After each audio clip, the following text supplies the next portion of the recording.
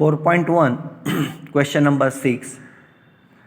मग त्यामध्ये मागच्या आपण जे व्हिडिओमध्ये बघितलेलं तोच फॉर्म्युला पुन्हा एकदा की total value is equal to taxable value plus GST.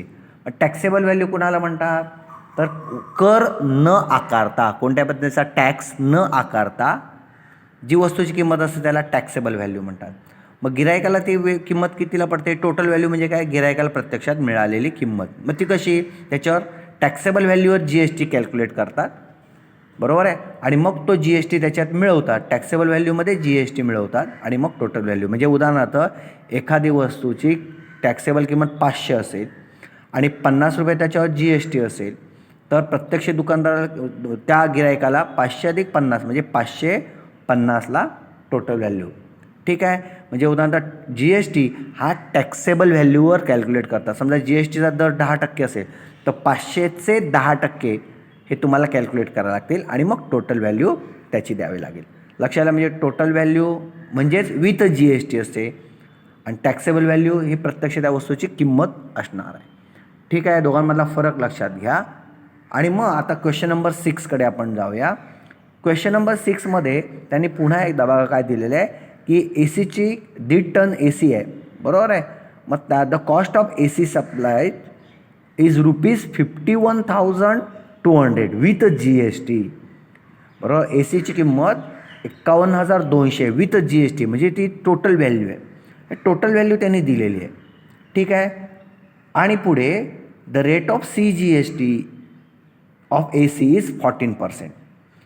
CGSTचा दर दिला आहे, आपल्याला GSTचा दर हवा आणि टोटल व्हॅल्यू विथ GST दिलेली आहे, बरोबर आहे. मग CGST जर 14% आहे, बरोबर आहे, CGST 14% असेल तर GST त्याच्या दुप्पट, कारण CGST 14 तर SGST पण 14 आणि GST कसा असतो, CGST प्लस SGST दोघांची बेरीज म्हणजे 14 आणि 14 28%, बरोबर. आणि त्यांनी आपल्याला पहिलं विचारलेलं आहे टॅक्सेबल व्हॅल्यू ऑफ AC.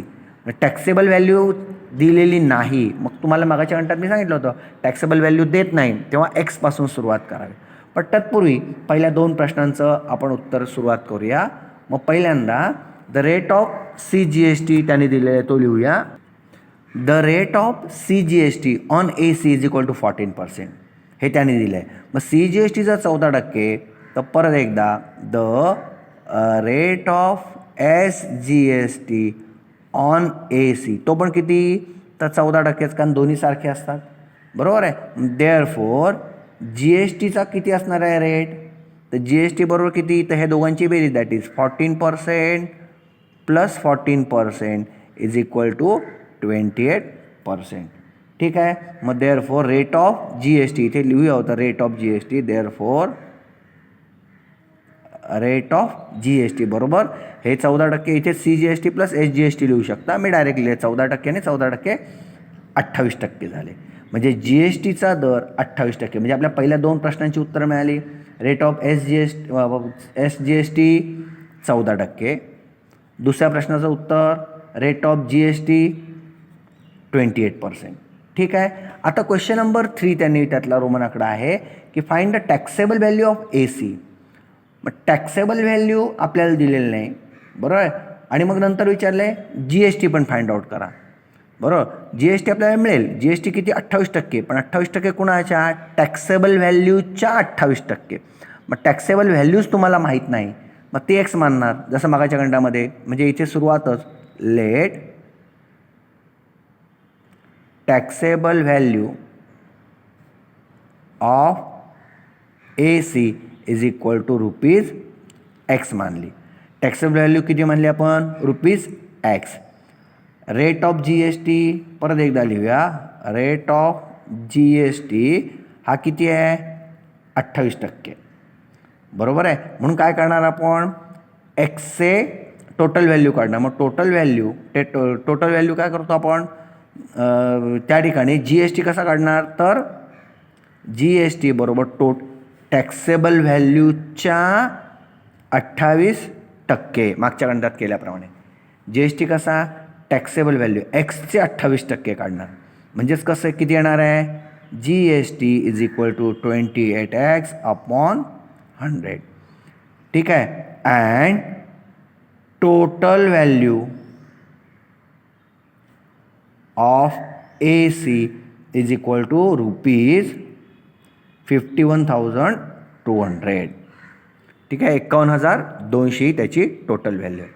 बरोबर आहे. आणि मग आता मुलांनो हे सूत्र आपण वापरूया जसं मागे वापरलं त्याप्रमाणे. टोटल व्हॅल्यू आपल्याला माहिती आहे, टॅक्सेबल व्हॅल्यू आपण X मानलेली आहे आणि GST 28X चे 100 आहे.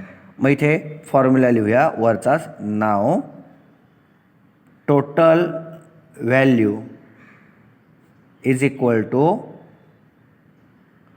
Taxable value plus GST. मग total value is 51,200 is equal to X plus 28X upon 100. ठीक आहे. आता हे आपल्याला सॉल्व करायचं. कसं करणार? सगळ्यांना आपण जसं मागच्या घंटात 100ने मल्टिप्लाय करू.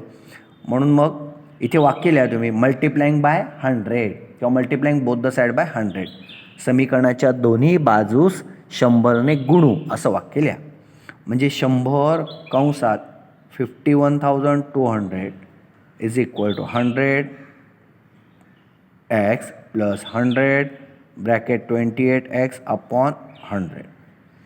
100ने गुणलं तर किती होणार? 51,200. त्यावर पुढे 2 शून्य बरोबर 100X प्लस हे 100 गेले, you will get 28X. That means 51,20,000 म्हणजे बघा 51,20,000 बरोबर 128X. आता 128 इकडे गुणिले तिकडे भागिले होणार आहे. म्हणजे 512,000 upon 128 is equal to X. ठीक आहे. आता 128 दुने 256 आणि 256 दुने 512 जे सरळ अख्खा भाग जातो आहे.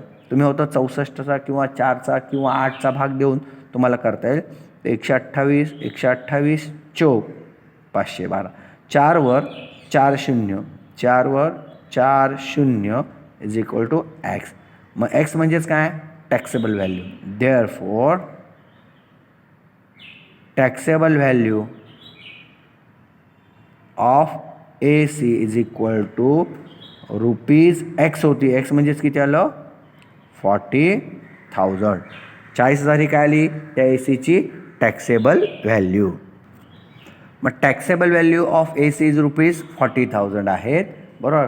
मग अमाऊंट ऑफ GST, मग GST काढायचं आहे. तर GST इज इक्वल टू किती?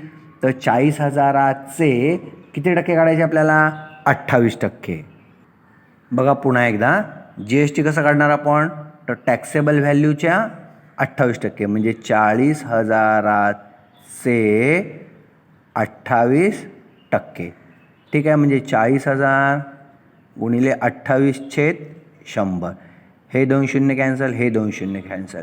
That is 400 into 28 20 as it is. 4 8 32 हात चालले 3 4 2 8 9 10 11. That is 11,200. That this is GST. GST is equal to ₹11,200. The amount of GST असं म्हणा त्यांनी विचारलं आहे म्हणून. Therefore amount of GST. Therefore amount पूर्ण शब्द लिहा ऑफ SGST आणि CGST असे दोन्ही त्यांनी विचारलेले आहेत. बरोबर. मग amount of CGST is equal to SGST is equal to half into GSTच्या निम्मे हाफ इंटू 11,200 त्याचे निम्मे. मग बे के बे 5 10 उरला एक बेसक 12 00. मग दोन्ही आल्या. Therefore amount of CGST is equal to SGST is equal to ₹5600. ठीक आहे. म्हणजे GST पण आला आणि CGST पण आपण फाइंड आउट केला. ही दोन्ही आपण लागोपाठची गणितं सोडवलेली आहेत. ह्या दोन्ही लागोपाठच्या गणितांमध्ये आपण फॉर्म्युला जो वापरला आहे तो नीट लक्षात घ्या. कोणता वापरला आहे आपण? तर त्या ठिकाणी टॅक्सेबल व्हॅल्यू एक्स मानली आहे आणि मग टॅक्सेबल व्हॅल्यूचा GST काढला आहे, बरोबर. आणि मग total value is equal to taxable value plus GST असा फॉर्म्युला आपण वापरला आहे. तर त्याप्रमाणे व्यवस्थित ही सोडवायची आहेत.